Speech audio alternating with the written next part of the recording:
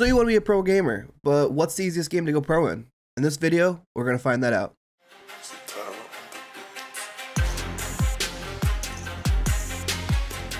To start my research, I found the top 22 most popular games with pro scenes based on their prize pools and viewers on Twitch. Here's the 22 games I researched. Before I start my list, I want to break down the parameters that I'll be using to rank the difficulties to go pro in that game. There are 4 factors that I'll be looking at. Player count, number of opportunities, so how many current roster spots there are on the pro teams, skill ceiling, how difficult it is to master that game, and barrier of entry, how does one get into that pro scene, do they have qualifiers, challengers, open format, etc. However, I will mostly be focusing on player count versus number of opportunities because that's the most objective and quantifiable. Skill ceiling can be subjective, plus all these games require an immense amount of skill and dedication to go pro in. I will only be factoring in skill and barrier of entry as kind of a tiebreaker for games that are close when it comes to player count versus number of opportunities. With that being said, here's a top 10 easiest games to go pro in. Number 10, Arena of Valor. With 16 million monthly players and 550 current pro players, the odds of going pro in Arena of Valor is 1 in 35,500. Before doing this video, I never heard of this game. However, it has a fairly large player base and the esports scene is huge. The prize pool of last year's championship was $7.7 million, which is the 10th largest prize pool ever for an esports event. Number 9, Hearthstone. With 3.8 million monthly players and 162 current pro players, the odds going pro in Hearthstone is 1 in 23,500. Like some of the games on this list, Hearthstone is just simply an old game. Was released 8 years ago, and with a lot of these old games with established pro scenes, their player bases have been declining over the years. Thus, the amount of roster spots are remaining the same while the amount of players competing for those spots are decreasing. Number 8, F1 Racing. With 217,000 monthly players and 20 current pro players, the odds of going pro in F1 is 1 in 10,900. F1 as a sport is one of the fastest growing sports at the moment, so it'll be pretty interesting to see how this affects the esports scene.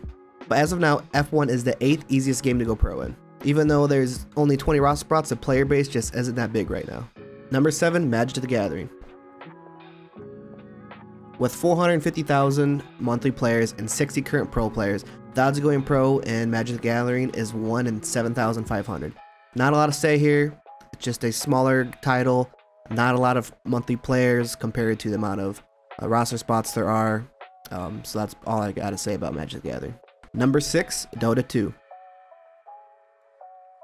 With 2.1 million monthly players and 315 current pro players, the odds of going pro in Dota 2 is 1 in 6,700. I knew Dota's pro scene had a lot of support, however I was flabbergasted to see some of the prize pools for Dota. They have the top 6 highest prize pools for an event with a peak of $40 million at the 2021 International.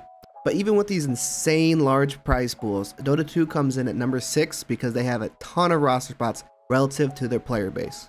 Number 5, Smite.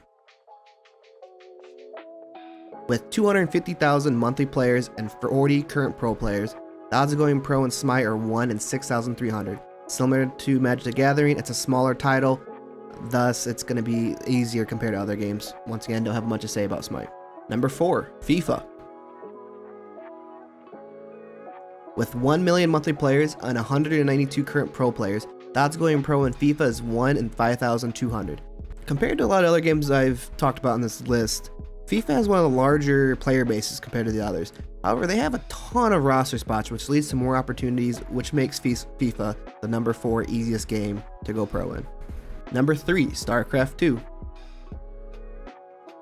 With 900,000 monthly players and 275 current pro players, the odds of going pro in Starcraft II is 1 in 3,300. Like Dota 2 and FIFA, Starcraft II has a ton of roster spots relative to their player base. However, finding recent and accurate data for Starcraft II is kind of difficult, so I don't have much more to say about this game. Number 2, R6. With 1.35 million monthly players and 705 current pro players, the odds of going pro in R6 is 1 in 1,900. R6.